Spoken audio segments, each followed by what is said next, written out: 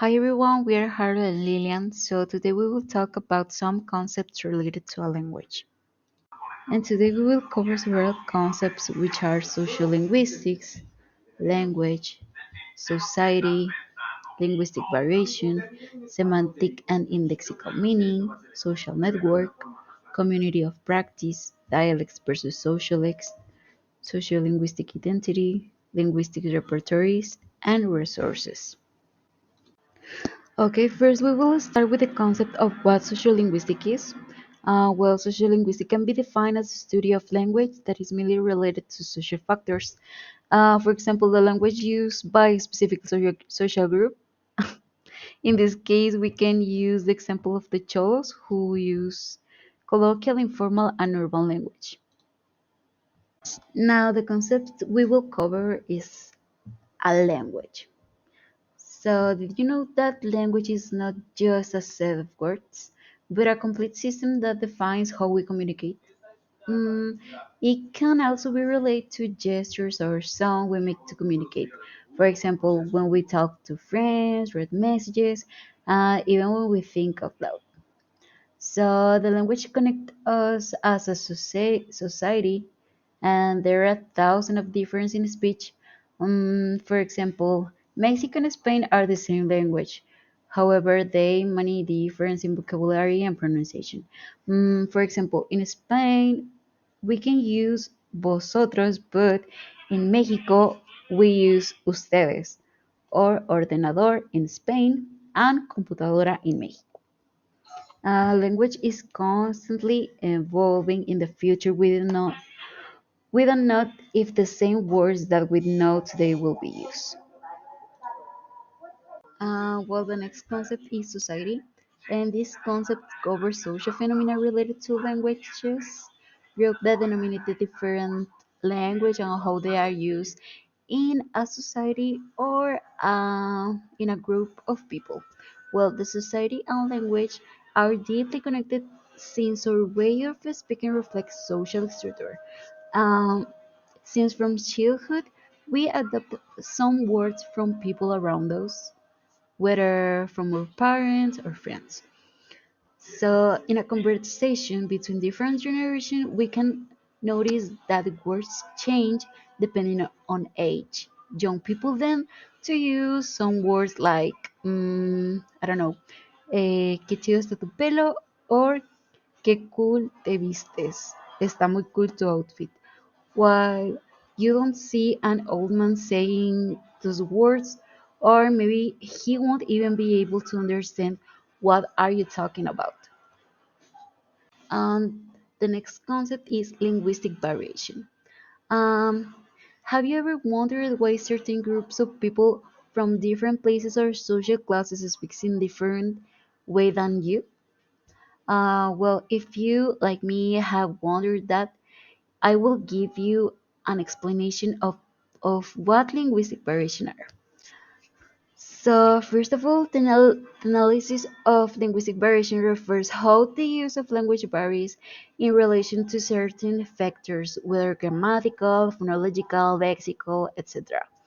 The types of speech can change depending on the geographic location of people, like their age, gender, social class, and even the context of communication. Uh, for example, in Mexico, there are people who still use the dialect as a language, and even people who have migrated to other states combine hey dialect with the language of people who don't speak or don't understand it. We can also use the example of people who live in a certain community of San Pedro, since some use the language with accent better known as fresa, or even when we write messages, we use slang, for example, lol, hashtag, or tbh. And the next concept is linguistic barriers. First of all, we ask ourselves the question, why do we speak differently depending on who we are? Have you noticed that we won't always speak the same when we are with friends as we will go to job an interview or talk to our teacher? Well, that is due to linguistic barriers, since they are two different words in which language is spoken within a community. Uh, well, we say to our friends, el examen estuvo bien, perro. We will say to the teacher, el examen estuvo muy difícil. I think it's more due to the factor of respect that we have for the teacher due to the age, that he is a person of a higher rank than us. ¿Qué dije? Now we have dialects versus socialects. Well, this is a very interesting concept. And have you noticed that in Mexico not everyone speaks Spanish in the same way? Well, some have different accents, some use words that we may don't understand, or other speak other languages. So, first we will start with the definition of the concept of dialect. Well, dialect it is a battery of language that change depending on the geographic location. For example, in certain states of Mexico, many people speak dialects, whether it is, I don't know, Nahuatl, Mixteco, Totonaco, Maya, etc. Even if the people who speak that dialects learn Spanish, they have the accent influenced by their indigenous language. Mm, what else? Okay. So compared to the dialects, sociolect is a battery of language based on the social class or group to which a person belongs. For example, a young person could say that the party was cool, while an adult could say this party was really, really good.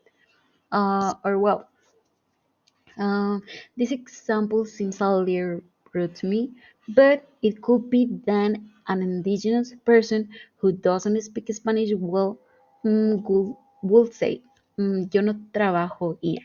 Or I have even heard that they say íbanos instead of íbamos.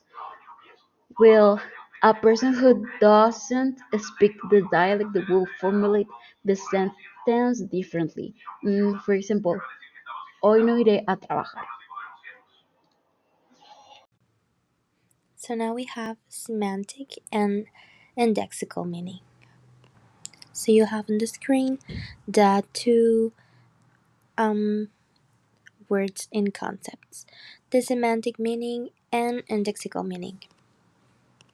So starting up with the semantic meaning, it refers to the literal word. Like if you go and look for a word or concept in a dictionary, that's the semantic meaning. It's really literal. What you think or what you the concept that you have for something, it's what it is. And that's like a universal mm, meaning, because if I said, for example, a chair, like everyone knows what a chair is. It's a really simple, it's a seat. It's a seat that can have different forms, but the concept and the semantic meaning is that it's a seat. So that's straightforward. I think it's like something that we all know. It's like if someone says a word, you have an image, you have a concept on your mind, and that's it. It's really literal. It's really simple. It's just that. So, what it directly stands for or describes is what it is. But then we have the indexical meaning that it's different from the semantic meaning. This is different because this goes further than just the dictionary definition or the concept, because it depends on the social context, or might depends about the social context. For example, it depends on who is speaking, for example, or who is that person speaking to, what's the relationship between them, or for example, what their identity might be. So I think this is really simple because that's the common or daily language that we use. It depends, like the words or the way that we speak depends on, for example, um, who are we talking to, or for example, if we are with our friends, with our family, or it depends on how or which group of friends we are talking to. So that's basically that. Depends on the social context. Depends on a lot of the things that I mentioned before. That's the difference between semantic meaning and indexical meaning. So now I'm gonna give you like a really short example, an easy example. Um, for example, a word that we use really really really often, that it's the word, for example, bro, or yeah, the word bro. That word, the semantic meaning of that word will be just like, the semantic is just that it's a way to refer to your friend or someone that you know, right? But the indexical meaning might means that it's an informal or friendly relationship between the those those individuals, right? So that's basically it. The semantic meaning, just a casual way to refer to your friend. Indexical meaning, it's the informal or friendly relationship that those individuals have. Now, talking about the next concept, that is social network, that you can see the definition on the screen. And social network basically means all the people you interact with, like how you're connected. For example, it's like your circles. In our lives, we all have different group of friends or circles. For example, the family, your friends, your coworkers, the group of friends that you go to the gym with. That's the people you are connected with. So basically, where language is shared and learned. It's really similar to the previous concept, because it's how social connections influence language use and the transmission of linguistic norms. So if you often chat or text with a group of friends who use like a particular word, or they have like a specific way of talking, of course you're going to be influenced by how they speak. So interpersonal relationships influence our way of speaking, our language. That's why when we start hanging out with our friends a lot, we start speaking the same way, or we repeat the same words, we say the same words, because that influence directly our way of speaking. Now the community of practice, and remember that all these concepts, the previous concepts, um, they are all related, of course. So it's basically very similar to the previous one. And community of practice refers to groups that use language in specific ways and share particular communicative practices. So, if a community or group of people share a common interest or activity, with the time, that um, group of people will develop their own ways of speaking. They can use certain words or some slang that they only understand. They can only understand that specific group of people only understand. So, for example, if you like K-pop, that's Korean music, and you go to a group of K-pop that practices or listens to K-pop, you're going to get used to the terms or the words or phrases that they use.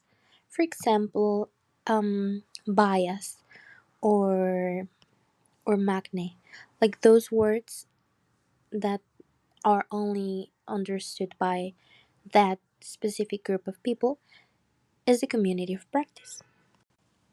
The social linguistic identity, well, it refers to how individuals and groups identify and are identified through language use.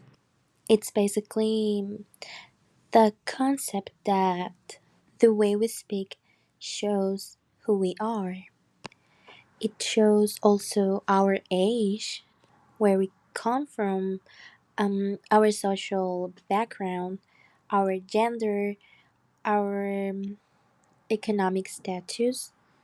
So it basically means that language becomes a part of our identity, and it also influences how other people see or perceive us. So, for example, if we are from the north part of Mexico, we have a distinctive accent, and that shows where we are from. So that's just our social linguistic identity. We are from the north part of Mexico. We are regios, so we have this specific accent, this specific way of speaking. And lastly, we have linguistic repertoires and resources. So, linguistic repertoire refers to the different registers, varieties, and styles of language that an individual or community has at their disposal and uses in various communicative situations. And the linguistic resources refers to the tools and strategies that speakers use to communicate effectively, including vocabulary, grammar, pronunciation, and other language elements. So basically is that your personal touch or toolbox of language, the varieties and styles that includes all the languages, dialects, slangs, or like formal speech that you know and that you use depending on the situation that you are, because of course everyone have their own way of speaking. Not everyone speaks the same. Of course we can have similarities and we can have a distinctive um, accent, but the way that we speak is it's unique. And your linguistic resources, for example, we as English students, we might talk in English, we talk in English at school, at college, but maybe when we get home, we don't speak English, we speak Spanish, and that's our repertoire and resources. And all those strategies or skills that you have make your linguistic repertoire, the resources you use to communicate effectively in different social um, situations or context.